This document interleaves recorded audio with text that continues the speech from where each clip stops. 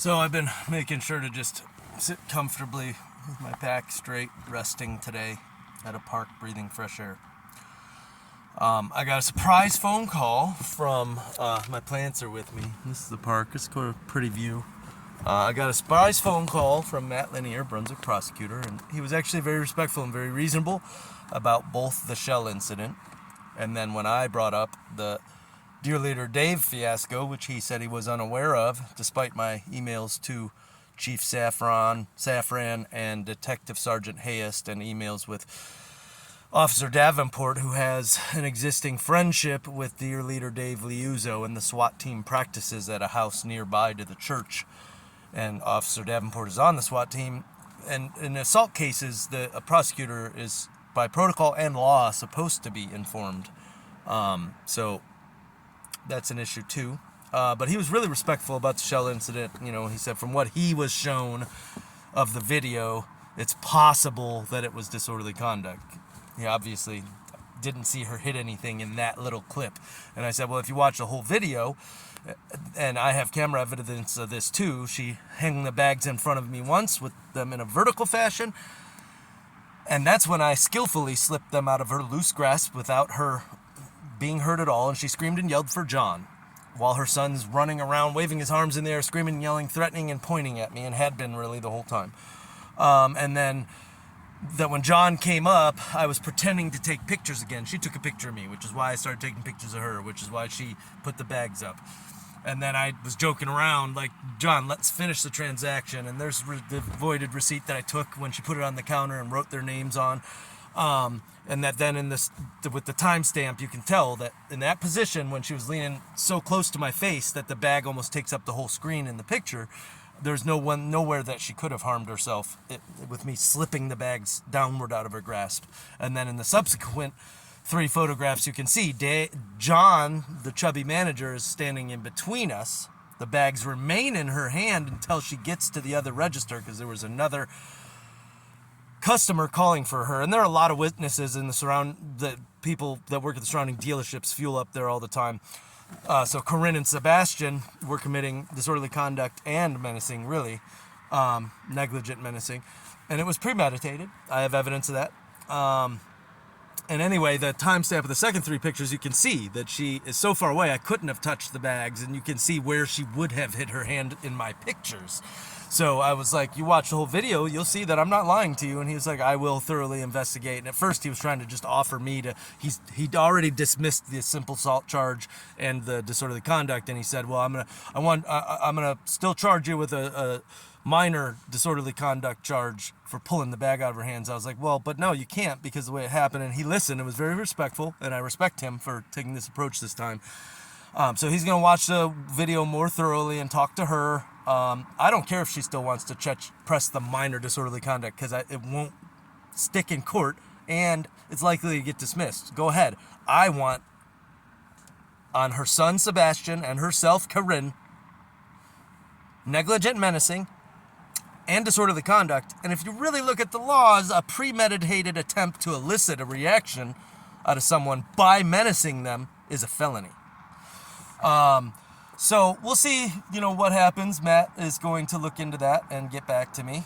And then Matt Lanier, the Brunswick prosecutor, is also going to now look into the assault perpetrated upon me by Dave Liuzzo, to which he was uninformed about. So I gave him the case report number and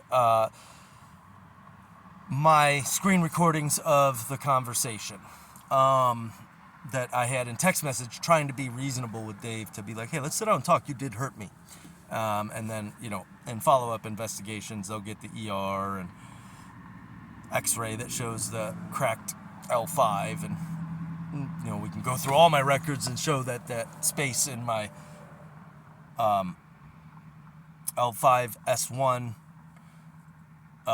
connection has gotten bigger and more problematic. And then, after 6 to 8 weeks and we do the MRI, it'll show the damage that I'm telling you, because I'm not making shit up. So anyway, I was pretty relieved and excited that at least, the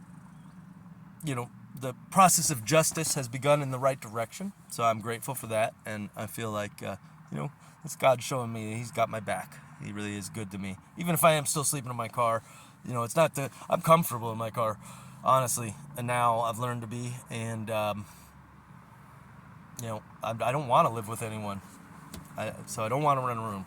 I need to be able to just have my own place, because people are so reprehensible to me on too high of a percentage of the relationships and encounters I've had that I wouldn't risk living with anyone unless, I was in a relationship with them, or I just had a really long-founded friendship that was like, yeah, we can definitely be good roommates.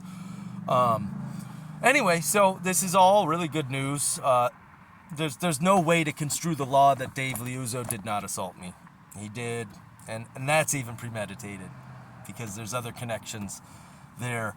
And then he would have known who I was, because he would have called privately to Davenport beforehand.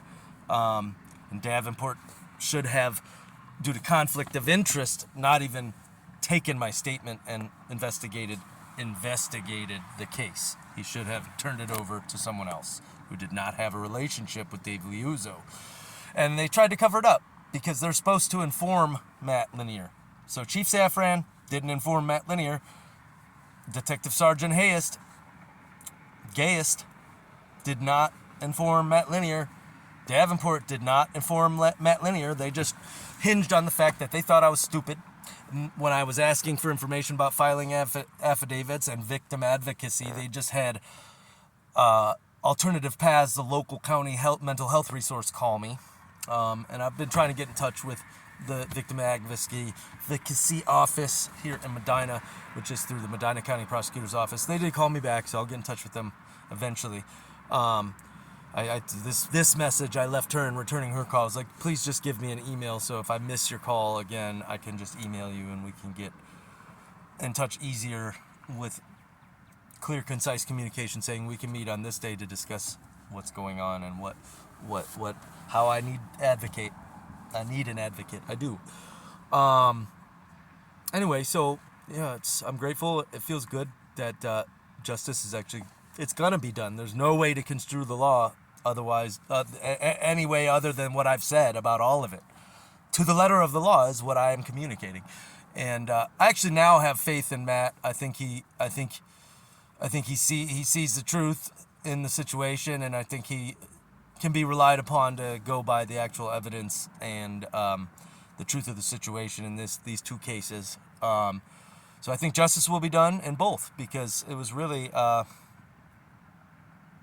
evil of all of them and also criminal of all of them in the two separate cases. Because even in the Shell incident, there's another manager there that he's a tall, handsome dude, and he was always nice to me, and we joked around, and he was very empathetic towards me about my situation. And Karin and Sebastian have always treated me with disgust. But anyway, he told me that he overheard them talking with the regional manager and the store manager about staging an incident to elicit a reaction out of me. And I'm pretty sure he said that that's on camera too. And I think if he were to be interviewed by the law, he would say, oh, yep, yeah, I saved that actually. So we'll see what happens. Justice will be done, and the truth speaks for itself.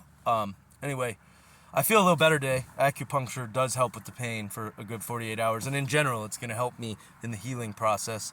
I'm pushing through things and keeping up doing the stretching and exercises to strengthen the muscles around the injuries and maintain my mobility by remaining flexible. That's under the direction of my chiropractor, my acupuncturist, and now the pain management spine specialist. And I have to go to physical therapy to get approved for the MRI. I'm a little worried about that because I've had problems with physical therapists that were not well educated about hypermobility spectrum disorder and Ehlers-Danlos syndrome, pushing me too hard when I'm telling them, no, we can't. And because what happens with people like us is our muscles often actually do respond quickly, but our tendons and ligaments are much slower to heal than the person that without the disorder or syndrome. So what that means is that if I strengthen my muscles beyond the tensile strength of my connective tissue, I will injure my connective tissue with my sheer strength. So I'm going to have to go into there really well thought, prayed up, relaxed, and be like, look, I have to see you. Massage will help a lot. I'm already doing physical therapy every day. Please educate yourself on hypermobility spectrum disorder and Ehlers-Danlos syndrome. If you're not already thoroughly aware, and I'll explain that about the connective tissue, that like we really need to slowly and patiently be having the physical therapist just adding to my physical therapy, because it's not going to be a typical like this is what the book says to do for these injuries, and really it's just to qualify for the MRI, so I know that I can indicate exactly what it is, so I know that I'm on the right path to ultimately healing over time, which will indeed take years. Anyway, so that's all the updates I have for now. I don't know if anyone even cares or if anyone's watching. It's pretty over here at this park, quiet. You might see some kids get on the swings, or cops stop in here to use that porta potty sometimes. So earlier they pounded on the door, startled me while I was peeing on the phone with a friend, and well, somebody's peeing, I'll be right out. And I've had that happen here before when I was like eating lunch here and stuff. So anyway, all's well that ends well, and I'm still grateful, joyful, and thriving despite the struggle bus. The struggle bus.